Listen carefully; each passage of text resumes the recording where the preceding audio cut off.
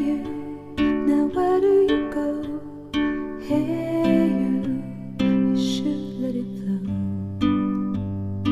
I do think you care. Do you hear my prayer? Hey you, I'm with you. I see you, I hear you. તો આજે હું મારા ઘરેથી 2 કલાકનું drive કરીને વડોદરાથી ભાવનગરનો જે હાઈવે છે એના ઉપર ડ્રાઈવ કર્યું અને 2 કલાક ડ્રાઈવ કર્યા પછી હું આવી ગયો છું બ્લેકબક નેશનલ પાર્ક. ગુજરાતની અંદર આ એકમાત્ર બ્લેકબક નેશનલ પાર્ક છે અને બાકી બ્લેકબક નેશનલ પાર્ક ઇન્ડિયાની અંદર મેં લિટરેચર જોયું તો રાજસ્થાનની અંદર એક છે અને સાઉથની અંદર બીજા 3 છે. બ્લેકબક આપણને બધાને બહુ પ્રખ્યાત ત્યારે થયું જ્યારે સલમાન ખાને 1999માં હમ સાથ સાથ હે પિક્ચરના શૂટિંગ દરમિયાન કાળિયારનો શિકાર કરેલો અને સલમાન ખાન છેક હમણાં સુધી એ કાળિયારના શિકારની અંદર ફસાયેલો છે અને હજુ હમણાં થોડા મહિનાઓ પહેલાં જ થોડા દિવસો પહેલાં સલમાન ખાન ઉપર પણ એક એટેક થયો કાળિયારના શિકાર બદલ. હજુ પણ રાજસ્થાનની અંદર જે ટ્રાઇબલ જાતિ છે એણે એને માફ નથી કર્યો. એ વાત થઈ પોલિટિકલ. આજે હું બ્લેકબક સેન્ચુરીની અંદર કાળિયાર જોવા માટે અને એ ઉપરાંત ઘણા બધા બર્ડ્સ અને ઘણા બધા પ્રાણીઓ મેમલ્સ એ બ્લેકબક સેન્ચુરીની અંદર અહીં જોવા મળે છે. ભાવનગરવાળા હાઈવે ઉપર બ્લેકબક સેન્ચુરીનો એક આ એક્ઝિટ છે અને અહીંથી 10 કિલોમીટર અંદર એ અભયારણ્ય શરૂ થશે. એટલે હું હવે 10 કિલોમીટર અંદર જઈશ અને ફરી એક વખત તમને બ્લેકબક કાળિયાર કેવા દેખાય છે અને આપણે બહુ નજરે નહીં. એક વખત વેળાવદર બ્લેકબક સેન્ચુરીની અંદર આપણે એન્ટ્રી લઈએ એટલે અહીં આગળ ફક્ત નાના વાહનો માટેની જ એન્ટ્રી છે. ઓહો હો હો હો, હજુ એન્ટ્રી લીધી એ પહેલાં જ અમને દર્શન થઈ ગયા. છેવટે હું પહોંચી ગયો છું વેળાવદર બ્લેકબક સેન્ચુરીની અંદર અને આ ગવર્મેન્ટ તરફથી બ્લેકબક સેન્ચુરીની અંદર ટિકિટ લેવા માટેનું રિસેપ્શન ઓફિસ છે અને ત્યાં જ બ્લેકબક સેન્ચુરીની અંદર એન્ટ્રી લેવા માટે આપણને ટિકિટ પાસ અને સાથે ગાઈડ સાહેબ મળે છે. અમારી સાથે ઓલરેડી પ્રવીણભાઈ જોડાઈ ગયા છે અને એ આજના અમારા ગાઈડ છે બ્લેકબક સેન્ચુરીના. અને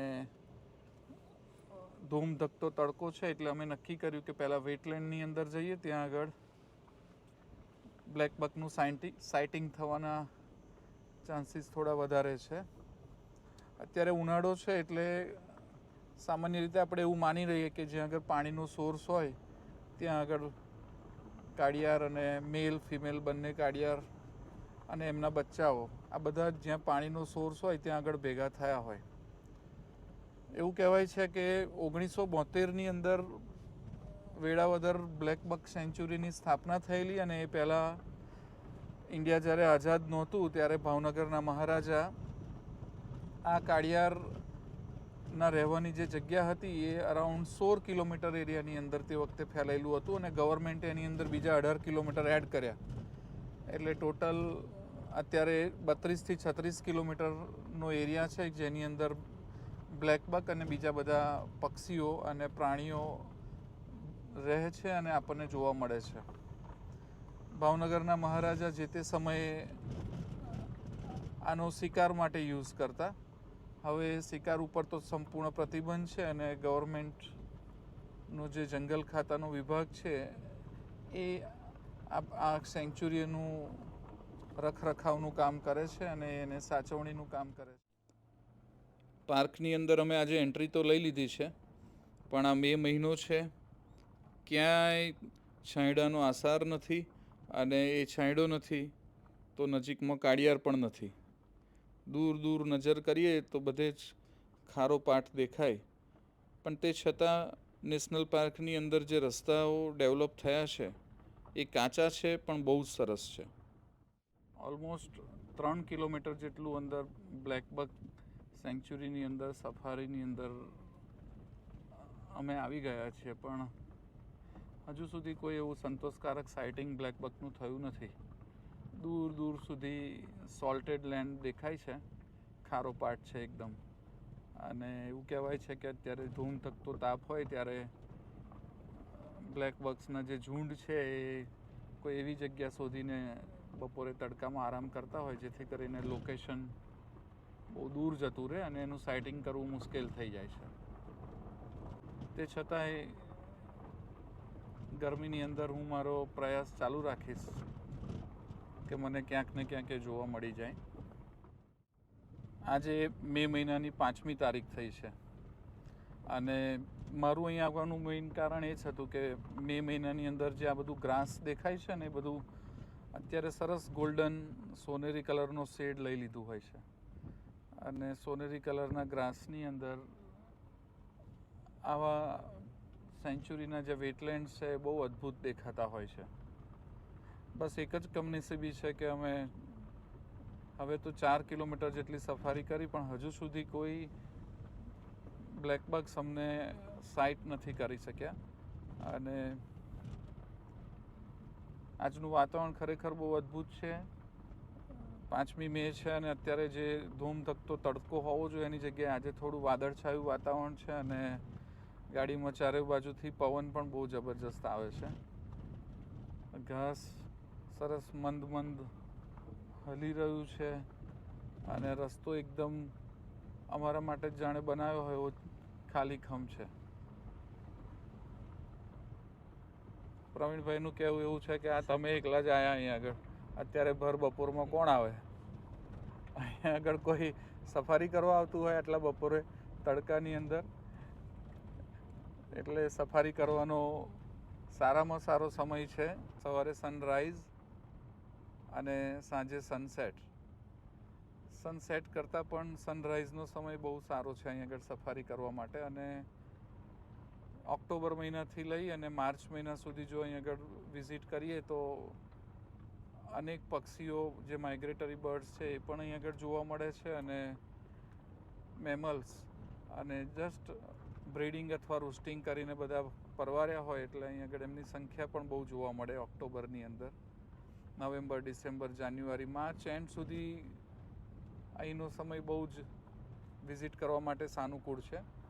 મે મહિનો છે પણ અત્યારે મેં એટલા માટે અહીં આગળ આવવાનું નક્કી કરેલું કે એક તો આ ગોલ્ડન ગ્રાસ દેખાય, બીજું કદાચ વિઝિટર્સ ઓછા હોય અને સારું સાઇટિંગ થાય તો આપણે એને સારી રીતે શૂટ કરી શકીએ. હજુ સુધી તો એવું શક્ય લાગ્યું નથી મને. Let S C. એરિયા ઘણો મોટો છે અને હજુ સફારીની અંદર જવાની હજુ બહુ જ સ્કોપ રહેલા છે. ગીર સફારીની અંદર એવું છે કે તમને સિંહ જોવા મળે પણ ખરો અને ના પણ મળે. અહીં આગળ એટલું પાક્કું છે કે તમે ફરો તો ક્યાંક ને ક્યાંક તો તમને બ્લેક બક્સ અથવા નીલગાય અથવા તો વુલ્ફ અથવા તો હાયના જોવા મળી તો જાય જ. અને ગીર જવા માટે વડોદરાથી 400-500 કિલોમીટર દૂર ટ્રાવેલ કરવું પડે. અમદાવાદથી પણ 400-500 કિલોમીટર ટ્રાવેલ કરવું પડે. જ્યારે વેળાવદર સેન્ચુરી એવું છે કે 2 અથવા 3 કલાકનું ટ્રાવેલિંગ કરીને તમે આરામથી વેળાવદર બ્લેકબક સેન્ચુરીમાં અમદાવાદ અથવા વડોદરાથી પહોંચી શકો, ઇવન રાજકોટથી પણ. કાળિયાર રાષ્ટ્રીય ઉદ્યાન, બ્લેકબક નેશનલ પાર્ક, વેળાવદર. છેવટે અમે 6 કિલોમીટરની સફારી વેટલેન્ડની અંદર કરીને આવ્યા પણ કમનસીબે આજે એટલું બધું સાઇટિંગ નથી થયું અને હવે અમે સેન્ચુરીની અંદર ગ્રાસલેન્ડ તરફ જઈ રહ્યા છીએ. અને હું આશા રાખું છું કે ગ્રાસલેન્ડની અંદર એટલીસ્ટ નીલગાય દેખાય, કાળિયાર દેખાય, વુલ્ફ અને હાયના અહીં આગળ છે પણ એવું કહેવામાં આવે છે કે સાંજે 6-7 વાગ્યાની સમયે સંધ્યાકાળના સમયે એનું સાઇટિંગ થતું હોય છે. આ જેવા અમે ગ્રાસલેન્ડની અંદર નીકળ્યા ને તો કાળિયાર તો અમને ઘણા દેખાયા પણ બધા બહુ દૂર હતા. અહીં મારો કેમેરો પહોંચે એવું મને નથી લાગતું અને બહુ નાના નાના કાળિયાર અત્યારે સ્ક્રીન ઉપર દેખાઈ રહ્યા છે ઘણા બધા. એવું કહેવાય છે કે અહીં આગળ 3000થી 3500 કાળિયાર છે અને ઘણીવાર તો 1000ના ગ્રુપની અંદર કાળિયાર રોડની એક બાજુથી બીજી બાજુ ક્રોસ કરતા સંધ્યાકાળે અથવા સવારના સૂર્યોદય સમયે જોવા મળતા હોય છે. એટલે આવા સમયે જ્યારે પાર્કની અંદર એન્ટ્રી લઈએ ત્યારે એ વર્થ વિઝિટિંગ પાર્ક આપણને લાગે. અત્યારે તો ધૂમ ધકતો તડકો છે. મે મહિનાનો તાપ એટલો બધો છે ને કે દૂર દૂર સુધી ક્યાંય કોઈ સાઇટિંગ પણ નથી થતું અને છેક સુધી હોરાઇઝન સુધી બસ સપાટ રોડ છે.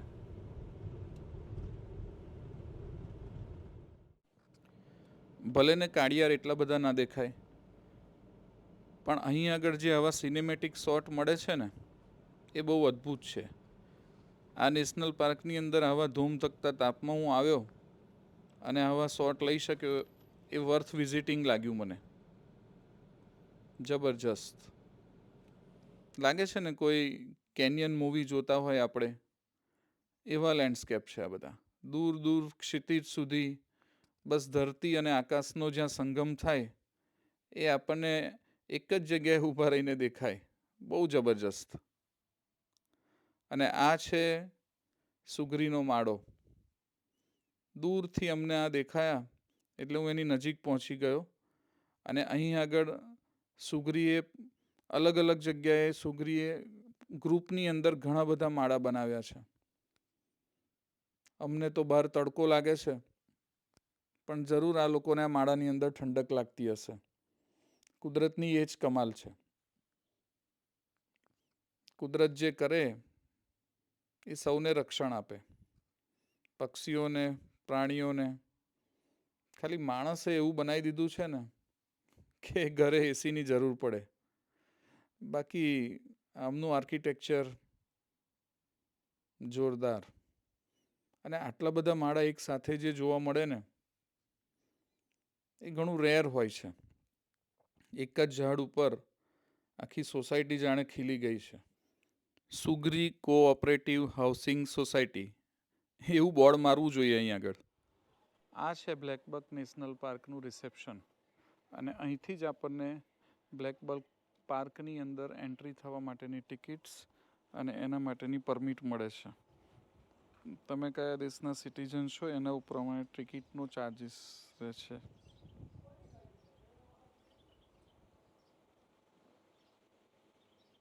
મે મહિનાના ધૂમ ધકતા તાપની અંદર જે સમયે નેશનલ પાર્કની અંદર વિઝિટ કરવા ના આવવું જોઈએ એ ટાઈમે આજે હું વિઝિટ કરવા માટે આવ્યો. થોડું સુકનિયાળ, થોડું અપસુકનિયાળ, પણ અહીં આગળ થોડું સાઇટિંગ થયું અને થોડું સાઇટિંગ ના થયું.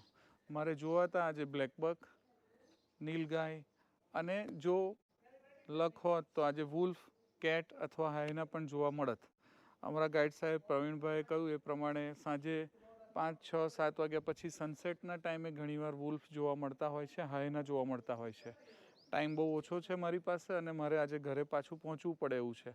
એટલા માટે નેશનલ પાર્કની જેટલી પણ શક્ય હતી એટલું સાઇટ સીઈંગ મેં કર્યું અને હવે હું ઘરે પાછા જવા માટે નીકળ્યો છું. લોંગ ડ્રાઈવ વિથ યજ્ઞેશની અંદર આપ સૌને રિક્વેસ્ટ છે કે મારી આ નવી એક યુટ્યુબની ચેનલ છે એને ખાસ જોઈન કરજો અને તમારા ફ્રેન્ડ્સને પણ એને સબસ્ક્રાઈબ કરાવજો.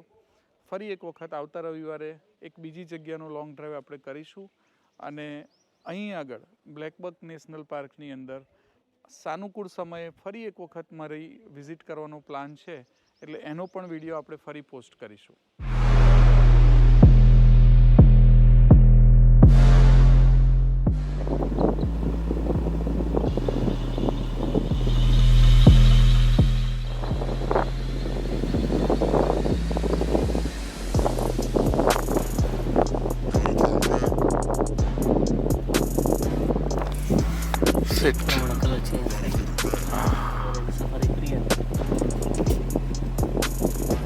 ટેકનિક છે સર, એવું કંઈ છે નહીં, લાગતું નથી મને કંઈ.